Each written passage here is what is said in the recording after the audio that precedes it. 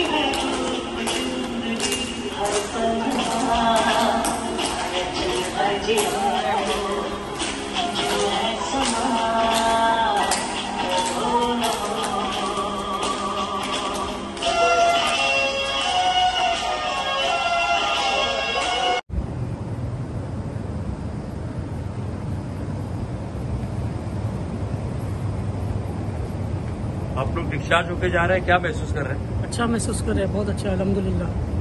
नहीं, अल्हम्दुलिल्लाह साहब आप बोलिए। बहुत उम्दा महसूस हो रहा है।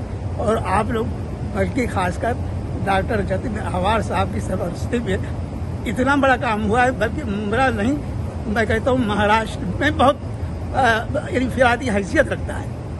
और हम सभी लोग उनके लिए दुआ करते हैं कि भाई अल्लाह उनको और ज़्यादा काम करने की तौफीक दे और आप सभी लोगों की खिदमत करने की तौफीक दे। क्या महसूस किया आप लोगों ने? बेटा बहुत अच्छे डॉक्टर लोग हैं। डॉक्टर आप लोग का बहुत बहुत खिदमत की, आप लोग का बहुत बहुत शुक्रिया। बहुत अच्छी खिदमत की है आप लोगों ने।